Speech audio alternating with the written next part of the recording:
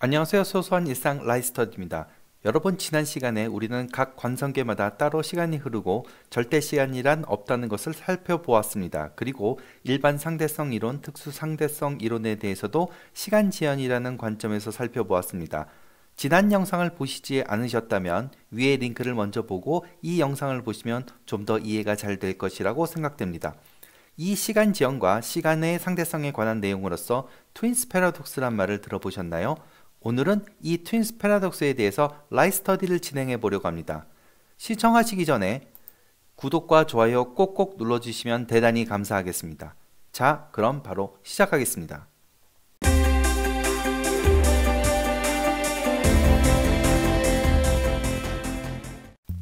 지구에 쌍둥이 형과 아우가 있습니다. 쌍둥이 형은 광속의 0.8배속으로 비행하는 우주선을 타고 10광년 떨어져 있는 별을 갔다가 다시 반대로 지구로 돌아옵니다.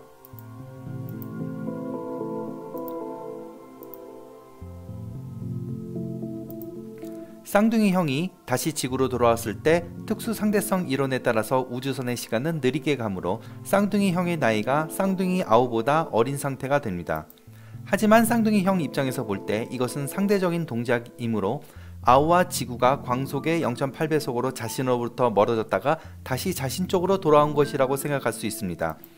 이러한 경우 지구와 쌍둥이 아우는 시간이 느리게 가기 때문에 아우의 나이가 더 어린 상태가 되어야 합니다. 둘이 만났을 때 둘 다 상대방의 시간이 천천히 간다고 생각한다면 도대체 누가 더 어린 상태로 서로 만나게 되는 것일까요? 이것이 바로 트윈스 패러독스입니다. 자, 동생의 주장입니다. 지구에 고정된 동생의 입장에서 볼 때의 동생의 나이입니다.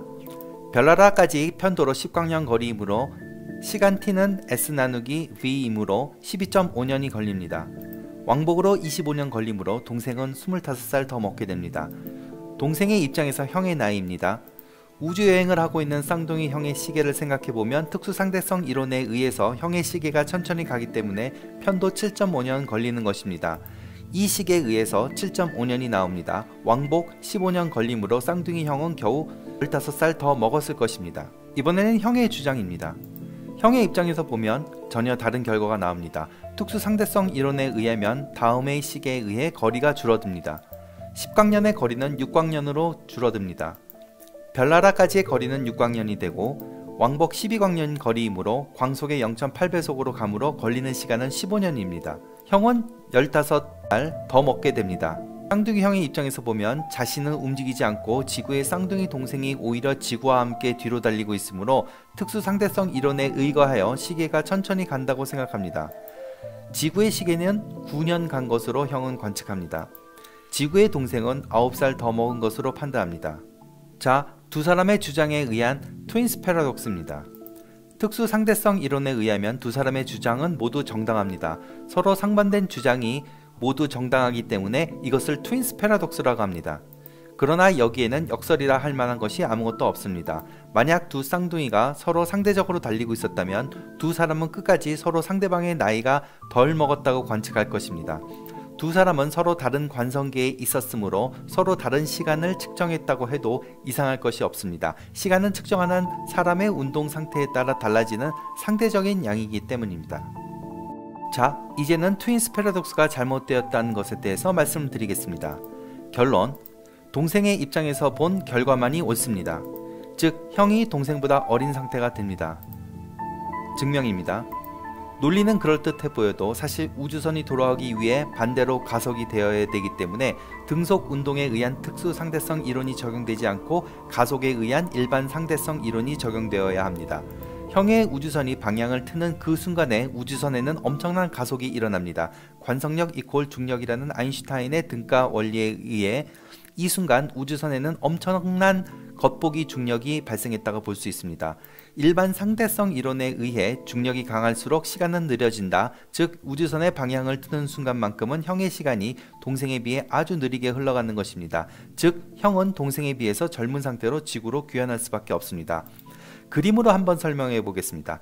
X축이 거리입니다. CT는 시간축입니다. 지구에서 별로 가는 동안은 상대성 이론에 의해 시간이 느리게 가므로 이런 동시선이 만들어집니다.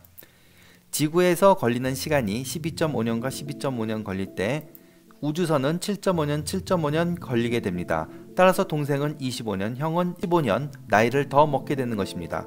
이번에는 형의 입장에서 봅니다. 7.5년 만에 별로 도착할 때 형은 자신은 가만히 있고 동생과 지구가 멀어지는 것이므로 상대적으로 생각되므로 동생의 시간은 느리게 갑니다. 따라서 동생은 4.5년, 4.5년이 걸리게 됩니다. 하지만 일반 상대성 이론에 의해 우주선이 방향 전환을 위해 가속되는 순간 16년의 세월이 지나가 버립니다. 이를 정리한 표입니다. 여기서 본 값들이고 우주선 반대 방향으로 속도를 바꾸는 시간이 16년 걸리는 것을 볼 수 있습니다. 결국 동생은 25년, 형은 15년 나이를 더 먹는 것이 맞습니다. 네, 오늘 준비한 트윈스 패러독스에 대한 라이트 스터디는 여기까지입니다. 두 사람의 나이 차이가 이렇게 큰 것은 빛의 속도의 80%로 달렸기 때문이죠. 그래서 쌍둥이의 실제 나이를 따지지 말아야 합니다. 왜냐하면 절대 시간은 없기 때문입니다. 자, 오늘 영상 어떠셨나요? 도움이 되셨나요? 작은아마 여러분들께 도움이 되었으면 좋겠습니다. 영상이 도움이 되셨다면 구독 꼭꼭 해주시고 좋아요, 댓글 많이 달아주시기 바랍니다. 여러분의 구독과 의견은 저에게 큰 힘이 됩니다.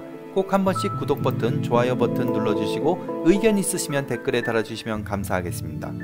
지금까지 시청해주셔서 감사합니다.